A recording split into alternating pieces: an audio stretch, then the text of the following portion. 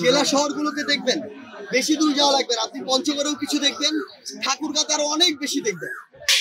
Even আপনি যত সামনের দিকে যাবেন গুরুত্বপূর্ণ বিভাগীয় শহরগুলোতে, আপনি মেট্রোপলিটনে কিংবা ঢাকায় যাবেন, গাজীপুরে, নারায়ণগঞ্জে, এখন সবচেয়ে বড় রাজনৈতিক হাতিয়ার হচ্ছে এই মিথ্যা মামলা। আমরা চাই ফ্যাসিস্ট আওয়ামী লীগের দোসরদের নামে মামলা হবে, বিচার হবে, দৃশ্যমান শাস্তি হবে, কিন্তু আমরা কখনো এটা চাই না যে একজন নিরপরাধ মানুষকে হয়রানি করা হবে। কোন একজন মানুষ যে কোনো রাজনৈতিক দলেরই হোক না কেন, সে যদি কোনোদিন অন্যায় না করে, অপকর্ম না করে, ক্ষমতার অপব্যবহার না করে, তাহলে তার নামে মিথ্যা মামলা কেন হবে? যদি হয় তাহলে যারা করছে তার সাথে আওয়ামী লীগের পার্থক্য কোথায়? বান্ডেল থাকলে প্রতি সেনমানিতে টাকা বাঁচবে। বিকাশ সেনমানি বান্ডেল কিনে জিতুন প্রতি লেনদেনে। আওয়ামী লীগ তো সেম কাজ বিএনপির সাথে করেছিল, জামাতের সাথে করেছিল, তাহলে আজকে তো আওয়ামী লীগ এগুলো করছে না, অন্য দলের কেউ করছে, তাহলে যারা করছে তারাও তো আওয়ামী লীগের মতো একই কাজ করছে। আজকে মামলা একটা সাজানো হয়, সাজানোর পূর্বে একটা চক্র তৈরি হয় 5-10 জনের, ওই চক্রটা মিলে একটা লিস্ট করে, ওই লিস্টের লোকগুলোকে ফোন দেয়, ফোন দিয়ে বলে যে আপনার নামটা দেওয়ার পরিকল্পনা চলতেছে, যদি চান যে না দেই তাহলে 2 লাখ টাকা দেন, 5 লাখ টাকা দেন। একটা ব্যবসা গেল, প্রথম ধাপ। দ্বিতীয় ধাপ, মামলায় নামটা দিয়ে দেয়, দিয়ে এরপরে ফোন দেয় যে মামলায় নামটা আমরা কাটাবো, এফআইআর করার আগে কাটানোর জন্য আপনি 2 লাখ দেন, 5 লাখ দেন, 10 লাখ দেন। এরপর আরেক ধাপে নেয়, এরপরে মামলা হয়ে যায়। মামলা যখন কোর্টে চলে যায়, গুরুত্বপূর্ণ কাজ কারবার ওই প্রসেসিং এর শুনানিতে যায়, তখন আরেক ধাপে টাকা নেওয়া হয়।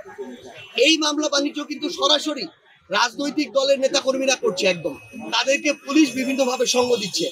আরেকটা জিনিস হয়েছে, আমরা দেখছি স্থানীয় পর্যায়ের বিভিন্ন ধরনের ব্যবসায়ী রয়েছে, অর্থনৈতিকভাবে স্বাবলম্বী মানুষজন রয়েছে, তাদেরকে টার্গেট করে তাদের নাম দেয়া হয়। কেন? তাদেরকে বলা হয় তাদেরকে শেল্টার দিবে, তাদের ব্যবসা প্রতিষ্ঠানগুলোকে শেল্টার দিবে, এর বিনিময়ে তাদের কাছে টাকা নেওয়া হয়, চাঁদা। লাখ লাখ টাকা, কোটি কোটি টাকার এই মামলা বাণিজ্য চলছে, চাঁদার বাণিজ্য চলছে। ব্যবসায়ীরা অনেক ক্ষেত্রে অতিষ্ঠ হয়ে উঠেছে। অনেকে এটাও বলছে যে আওয়ামী লীগের সময়ে তাদেরকে যে চাঁদাটা দিতে হতো, এখন কিছু নতুন রাজনৈতিক নেতৃবৃন্দ তাদেরকে আরো বেশি জ্বালাচ্ছে। সোজা বাংলা কথায় হচ্ছে, এটা অন্তর্বর্তীকালীন সরকার, আমাদের আইন উপদেষ্টা যিনি আছেন, স্বরাষ্ট্র উপদেষ্টা যিনি আছেন, তাদেরকে এর দায়ভারগুলো নিতে হবে। এই দায়ভার অনেক বলেছি আমরা যে সময় হচ্ছে, সবকিছু স্থিতিশীল হচ্ছে, একটু সময় লাগবে, কিন্তু এখন তাদেরকে স্ট্রিক্টলি অ্যাকশন নিতে হবে। তারা কাদের দিকে তাকিয়ে অ্যাকশন নিচ্ছে না, যে কে ক্ষমতায় যাবে, কে ক্ষমতায় যাবে না, কার কাছে পাওয়ার যাবে, কার কাছে যাবে না, কার কাছে জনবল বেশি, কার কাছে জনবল কম, এগুলো করে যদি তারা ছাড় দেয় তাহলে তো ঘুরে ফিরে আগের অবস্থা হলো, লাভটা কি হলো? তো আমরা একদম আমাদের জায়গা থেকে স্পষ্ট করে বলি, ও এটার আরেকটা লেয়ার হচ্ছে, সেটা হচ্ছে যারা আওয়ামী লীগের দোষর, যারা অন্যায় করেছে, অপকর্ম করেছে, তাদেরকে আবার শেল্টার দিয়ে বাঁচিয়ে দেওয়া হচ্ছে।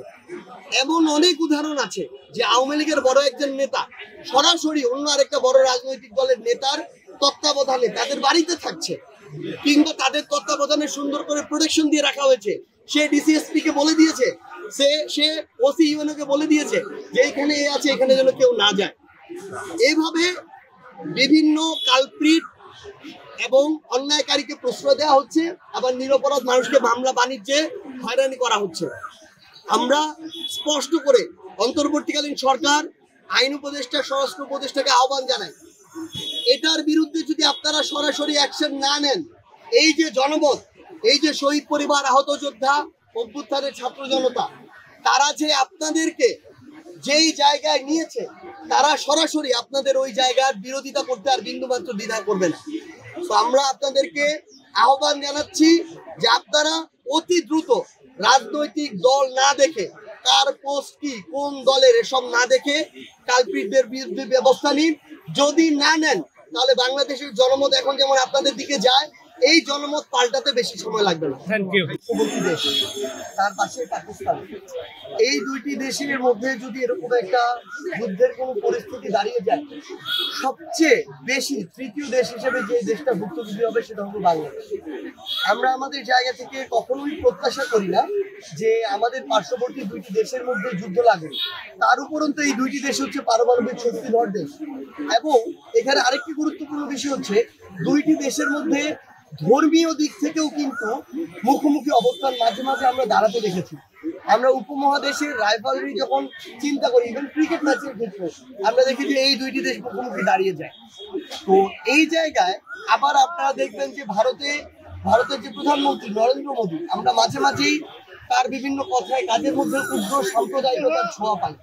তো সেই জায়গা থেকে আমরা কখনো এটা প্রত্যাশা করি না যে আমাদের পার্শ্ববর্তী দুটি দেশ যে কোনো কারণে হোক না কেন তারা যুদ্ধে জড়িয়ে পড়ুক। তাদের সাথে শুধু আমাদের বাণিজ্যিক আন্তর্দেশীয় সম্পর্কটা গুরুত্বপূর্ণ নয়, পাশাপাশি পরিবেশটা তো গুরুত্বপূর্ণ। আমরা দেখেছি যে এর আগে পৃথিবীতে বিশ্বযুদ্ধ বলি, বিভিন্ন আন্তর্দেশীয় যুদ্ধ বলি, যেখানে হয়েছে পার্শ্ববর্তী দেশগুলো ক্ষতিগ্রস্ত হয়েছে, এর প্রভাব পড়েছে। তো আমরা চাই এটি যেন না হয়, তারা তাদের জায়গা থেকে ধর্মীয় উস্কানিকে যেন ব্যবহার না করে। হামলাটা কিন্তু প্রথম ভারত করেছে। আবার আমরা যখন পেহেলগামে হামলাটা দেখি, কোন রকম প্রমাণ ছাড়া ভারত যদি বলে যে পাকিস্তানের মানে এই পাকিস্তান দায়ী, পাকিস্তানের এই অংশটা দায়ী, আগে প্রমাণ উপস্থাপন করতে হবে। সেই অনুযায়ী আন্তর্জাতিক আদালত আছে কিংবা এরকম অনেক সংস্থা আছে যে জায়গায় প্রমাণ উপস্থাপন করতে পারে, ওই অনুযায়ী বিচারের আওতায় আসবে। কিন্তু পৃথিবীতে আমরা এরকম অনেক ঘটনা দেখেছি, নিজেরা প্ল্যান করে ঘটিয়ে দেওয়া হয়, এরপরে দায় চাপানো হয়, এমন ভাবে ঘটানো হয় যেন ওই দেশ, ওই সংস্থা, ওই গোষ্ঠীর উপর দায় চাপানো যায়। তো এই ঘটনাগুলো ঘটিয়ে যদি এরকম কোনো কিছু চিন্তা করা হয়, অস্থিতিশীল পরিবেশের চিন্তা করা হয়, এটা আমরা কোনোদিন আমাদের জায়গা থেকে সমর্থন করবো না। এবং এক্ষেত্রে বরং আমরা আমাদের জায়গা থেকে বাংলাদেশের যারা বর্তমানে রাজনৈতিক দলগুলো রয়েছে, বাংলাদেশে ফ্যাসিস্ট বিরোধী যে দলগুলো, আমরা যারা একসাথে অভ্যুত্থানে লড়াই করেছি, তারা যেন এই বিষয়ে জাতীয় ঐক্যটি সবসময় ধরে রাখে। কারণ দেশ যদি থাকে আমরা থাকবো, দেশ স্থিতিশীল থাকলে আমরা স্থিতিশীল থাকি। তো দেশ ঠিক থাকা গুরুত্বপূর্ণ।